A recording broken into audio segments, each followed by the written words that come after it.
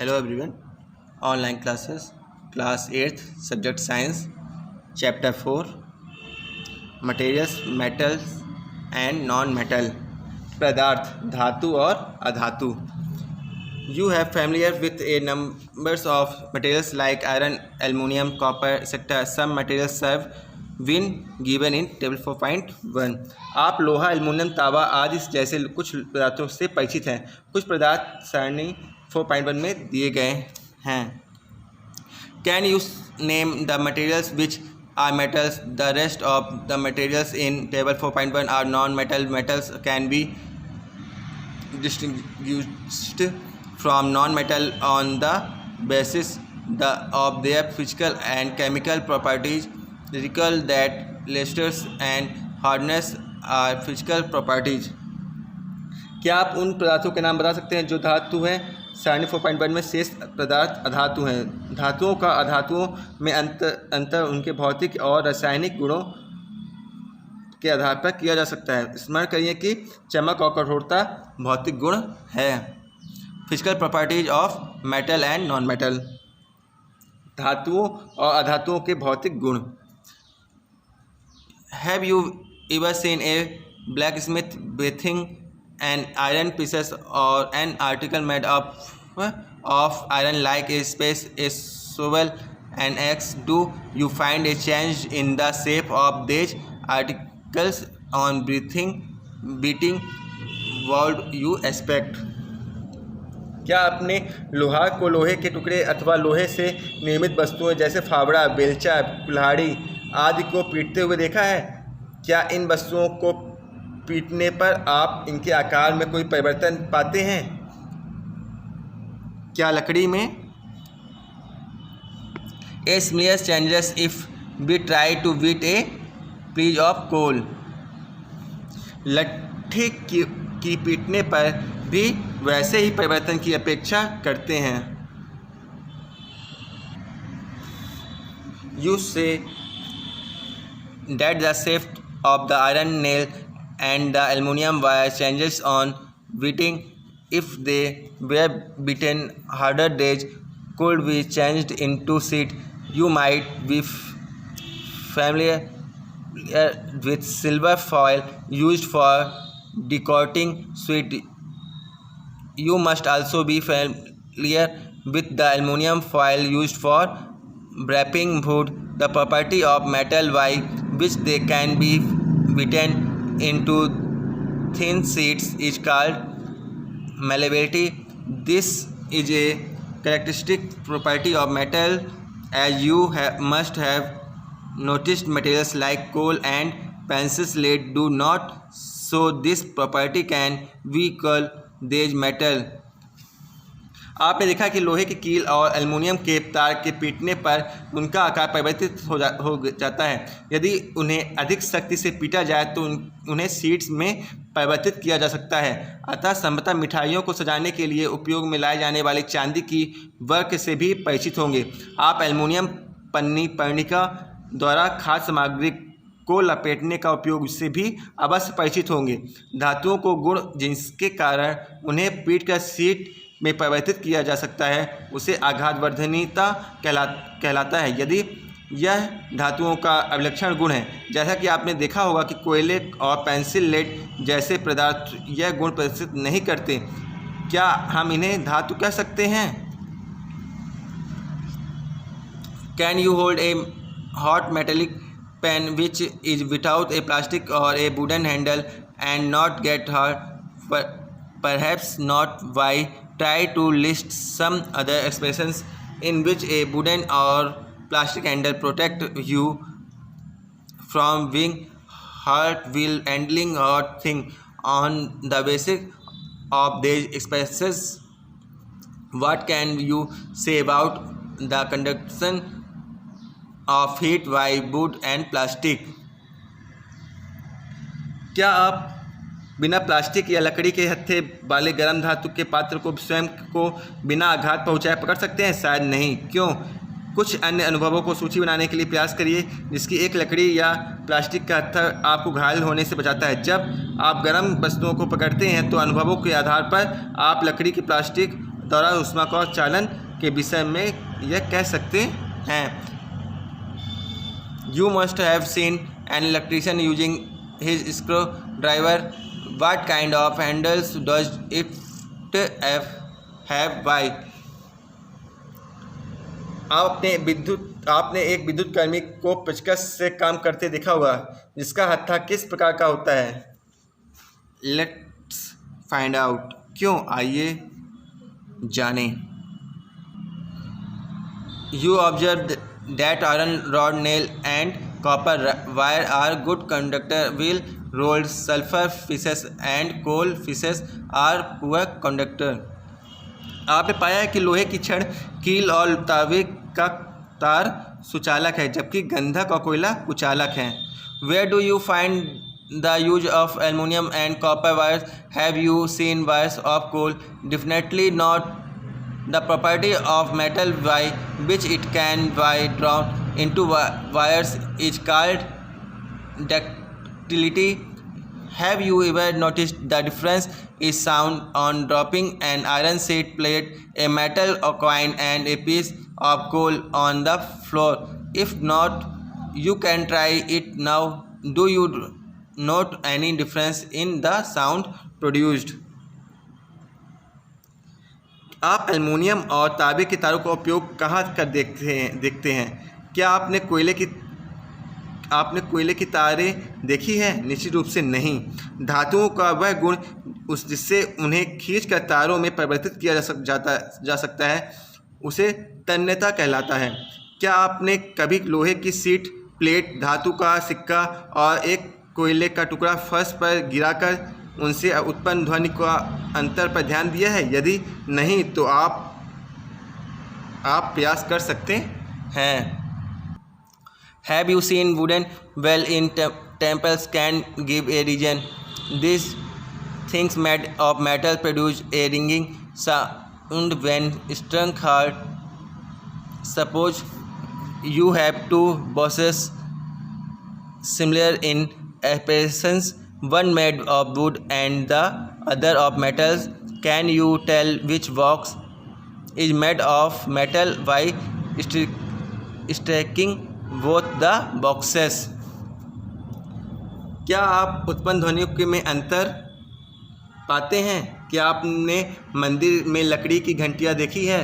तो क्या आप इसका कारण बता सकते हैं? धातुओं से बनी वस्तुओं को जब कठोर सतह से टकराया जाता है तो एक निनाद ध्वनि उत्पन्न होती है, माना आपके पास दो समान दिखने वाले डिब्बे हैं, एक लकड़ी से निर्मित और दूसरा धातु से। क्या आप इन दोनों डिब्बों पर चोट करके बता सकते हैं कि कौन सा डिब्बा धातु का बना हुआ है? Since metal produce ringing sound, they are said to be surrounds. The materials other than metal are not surrounds.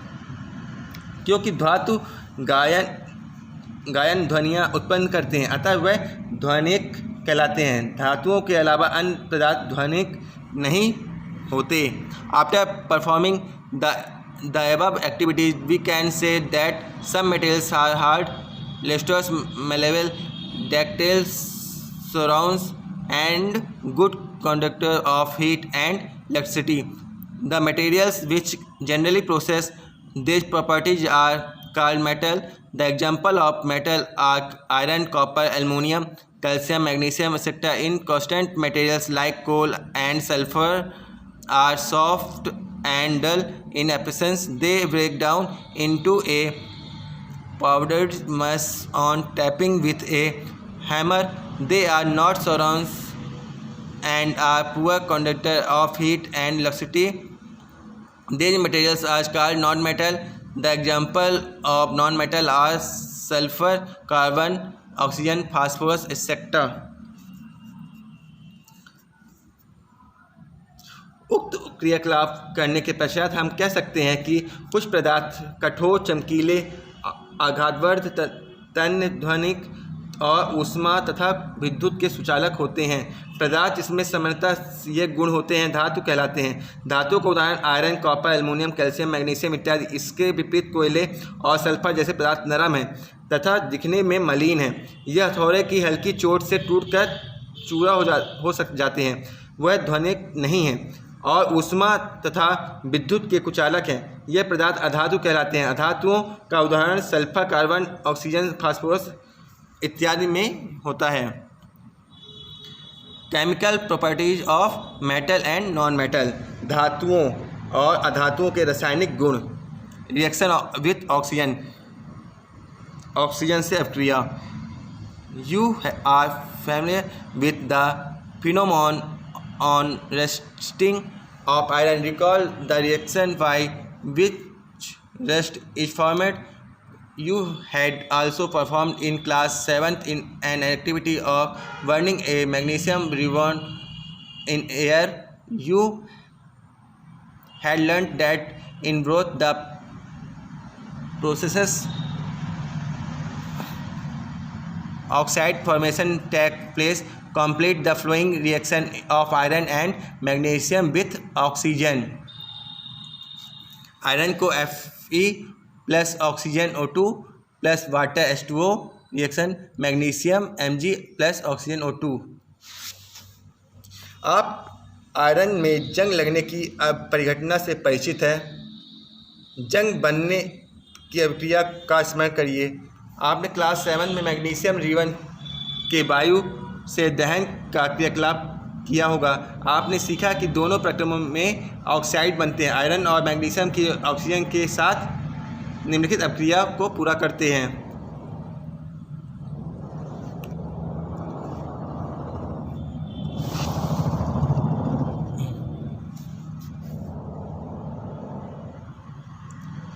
Now recall the activity of burning magnesium ribbon.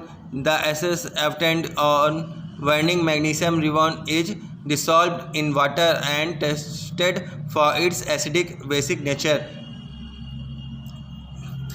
अब मैग्नीशियम रिबन के दहन के क्रियाकलाप का स्मरण करिए। मैग्नीशियम रिबन का दहन करने पर प्राप्त राख को जल में घोलकर उसकी अम्लता क्षारीय प्राकृत जानने हेतु विलयन का परीक्षण करते हैं। इज द सोल्यूशन एसिडिक और basic? How do you ascertain this? विलयन अम्लीय है या क्षारीय? आप इसका किस प्रकार सुनिश्चित करेंगे? You must have observe that the red litmus turns blue. So oxide of magnesium is also basic in nature. In general metallic oxide और basic in nature. Let's now observe the reaction of non metal with oxygen. आपने प्रेक्षण किया होगा कि लाल लिम्टस नीला हो जाता है। इसके मैग्नीशियम के ऑक्साइड की प्रकृति क्षारीय होती है। सामान्यतः धात्विक ऑक्साइड क्षारीय प्रकृति के होते हैं। आइए अब अधातुओं के ऑक्सीजन के साथ अभिक्रिया का परीक्षण करते हैं। The name of the product formed in the reaction of sulphur and oxygen is sulphur dioxide gas. When sulphur dioxide is dissolved in water, sulfurous acid is formed. The reaction can be given as follow. Sulphur और oxygen की अभिक्रिया में बनने वाले उत्पाद का नाम sulphur dioxide gas है। जबकि सल्फर डाइऑक्साइड को जल में विलय करते हैं तो सल्फ्यूरस अम्ल प्राप्त होता है। अभिक्रिया निम्न प्रकार से की जाती है। Sulphur dioxide plus water reaction sulphuric acid. The sulphuric acid turns blue litmus paper red. Generally oxides of non-metal are acidic in nature. Sulphurous अम्ल नीले लिटमस पत्र को लाल कर देता है। सामान्यतः धातु के ऑक्साइड अम्लीय प्रकृति के होते हैं। Recall the name of some of the laboratory acid and bases you have read in class 8 7th. Note down their names in table 4.4. Identify the metal or non-metal present in them which forms oxide with oxygen. प्रयोगशाला में काम आने वाले कुछ अम्लों और क्षारों को नाम याद करिए जो अपने कक्षा 7 में पढ़े होंगे। उनके नाम सारणी 4.4 में लिखिए उनमें उपस्थित धातु अथवा अधातु को पहचान करिए जो ऑक्सीजन के साथ ऑक्साइड बनाते हैं। रिएक्शन विथ वाटर, जल के साथ अभिक्रिया। Let's see how metal and non metal react with water. आइए देखें धातु और अधातु किस प्रकार के जल से अभिक्रिया करते हैं। You observe that sodium react vigorously with water. Some other metal do not do so. For example, iron react with water solely. Generally, non-metal do not react with water, thought they might be very reactive in air. Such non-metal are stored in water. For example, phosphorus is a very reactive non-metal. It catches fire, is exposed to air. To prevent the contact of phosphorus with atmospheric oxygen, it is stored in water. आपने देखा है कि sodium जल के साथ अभिक्रिया करता है, कुछ अन्य धातु ऐसे नहीं करते। उदाहरण के लिए आयरन जल से धीमी अभिक्रिया करता है। समानतः अधातु जल से अभिक्रिया नहीं करते, यद्यपि वह वायु से बहुत सक्रिय हो सकते हैं। इसी प्रकार से अधातु को जल में रखा जाता है। उदाहरण के लिए फास्फोरस एक बहुत सक्रिय अधातु है। वायु में खुला रखने पर यह आग पकड़ लेता है। फास्फोरस से वायुमंडलीय ऑक्सीजन का संपर्क न हो, इसलिए उसे जल में रखा जाता है। रिएक्शन ऑफ एसिड्स, अम्लों से अभिक्रिया। Let's see how metal and non metals behave with acid. आइए देखिए धातु और धातु अम्लों के साथ किस प्रकार व्यवहार करते हैं। Is there a difference in the way metals and non metal react with acid, but could the pop sound in some cases be due to when a burning match stick is brought near the mouth of test tubes. क्या धातु और धातु अम्लों से विभिन्न प्रकार से अभिक्रिया करते हैं। परख नलियों के मुंह के पास जलती हुई माचिस की तीली लाने पर कुछ में पॉप ध्वनि क्यों उत्पन्न हो जाती है।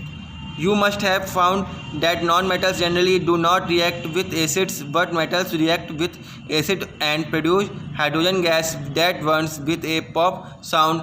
You must have notice that copper does not react with dilute hydrochloric acid even on heating, but it react with sulfuric acid.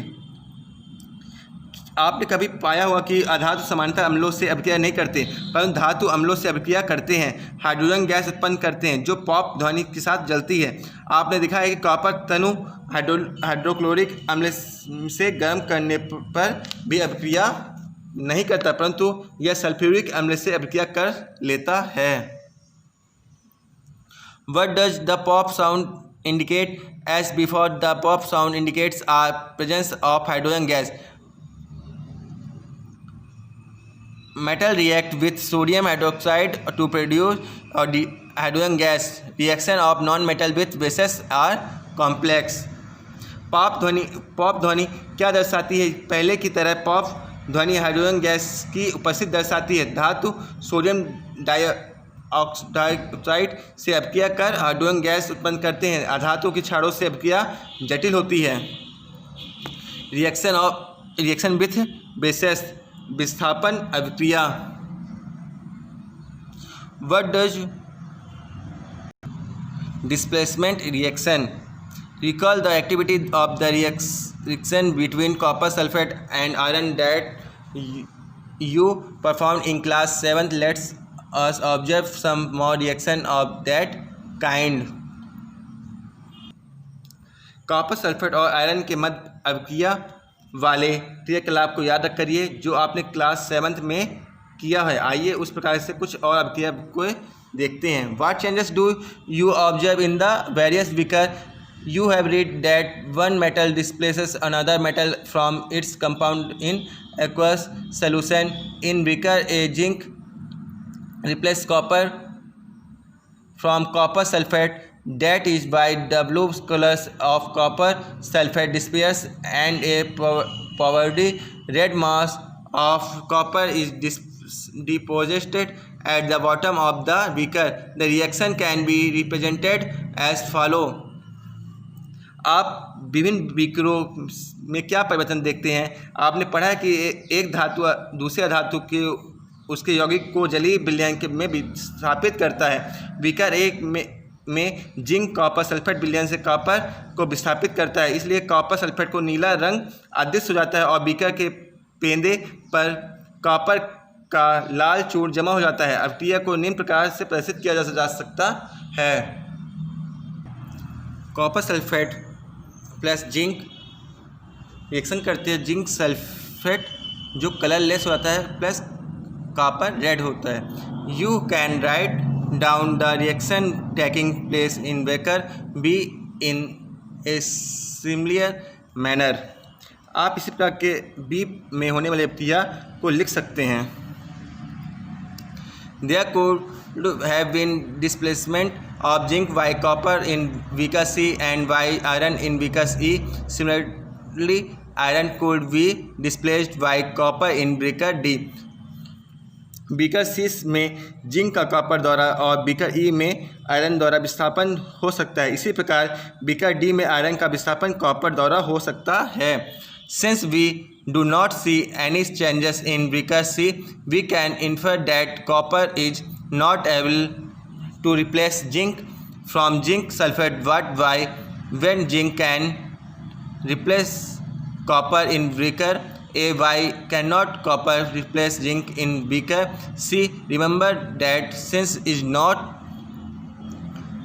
arbitrary, if follow definite rules based on fact, and the rule here is that zinc is more reactive than copper and iron. A more reactive metal can replace a less reactive metal, but a less reactive one cannot replace a more reactive metal. Now you can understand why there are two displacement reaction in beaker D and E. Also, can you guess the sequence of metal from more reactive to less reactive among zinc, iron and copper?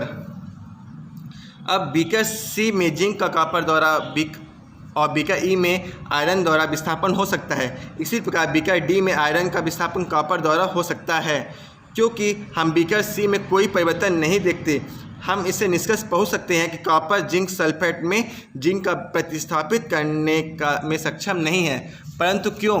जब beaker A में zinc copper को प्रतिस्थापित नहीं कर सकता है तो beaker C में कॉपर जिंक को प्रतिस्थापित नहीं कर सकता। यह रखिए विज्ञान माना नहीं होता, यह तथ्यों पर आधारित निश्चित नियमों का पालन करता है और यह नियम यह है कि जिंक कॉपर और आयरन से अधिक अभिक्रियाशील है। एक अधिक अभिक्रियाशील धातु कम अभिक्रियाशील धातु को विस्थापित कर सकता है, परंतु कम अभिक्रियाशील धातु अधिक अभिक्रियाशील धातु को प्रतिस्थापित नहीं कर सकता। आप समझ सकते हैं कि बीकर डी और ई में विस्थापन अभिक्रिया क्यों संपन्न नहीं हुई। क्या आप जिंक, आयरन और कॉपर के मध्य अधिक अभिक्रियाशील से कम अभिक्रियाशील धातु के कम क्रम में अनुमान लगा सकते हैं? Uses of metal and non metal, धातुओं और अधातुओं का उपयोग। You should be able to guess why metal are used in making machinery, automobiles, aeroplanes, trains, satellites, industrial gadgets, cooking utensils, water boiler, etc. You are also familiar with the uses of some non-metal. Here are some interesting ones. We are sure that you will guess them right. आपको अनुमान लगाने में सक्षम होना चाहिए कि क्या धातुओं का उपयोग मशीन, मोटर, गाड़ियाँ, वायुयान, रेलगाड़ी, उपग्रह, औद्योगिक सज्जो सामान, खाना बनाने के पात्र, जल बॉयलर आदि के निर्माण में किया जाता है। आप कुछ अधातुओं का उपयोग से भी परिचित होंगे। यह रोचक उपयोग दिए जा रहे हैं जो हमें विश्वास की है कि आप उनको सही अनुमान लगा सकते हैं। Non metal is essential for our life which all living beings inhale during breathing. अधातु जो हमारे जीवन के लिए आवश्यक है और जिसे सभी सजीव श्वसन के लिए समय अंदर लेते हैं। Non metal used for fertilizer to enhance the growth of plant. अधातु जिनका उपयोग उर्वरकों में पौधों की वृद्धि हेतु किया जाता है। Non metal used in water purification process, अधातु जिसका उपयोग जल शुद्धिकरण प्रक्रिया में किया जाता है। Non metal used in the purple coloured solution which is applied on wounded as an antiseptic, अधातु जिसका बैगनी रंग का विलयन एंटीबायोटिक के रूप में घावों पर लगाया जाता है। Non metal used in crackers, पटाखों में प्रयुक्त होने वाले अधातु। You may had some more uses of metal and non metal from your expenses, आप अपने अनुभव से धातुओं और अधातुओं के कुछ और उपयोग जोड़ सकते हैं। I heard that magnesium is found in plants, in what forms is it found in them, मैंने सुना है कि पौधों में मैग्नीशियम पाया जाता है, यह उनमें किस रूप में पाया जाता है। The doctor reported iron deficiency in my body, where is iron in my body, doctor ने मेरे शरीर में आयरन की कमी बताई है, मेरे शरीर में आयरन कहाँ है। Thank you.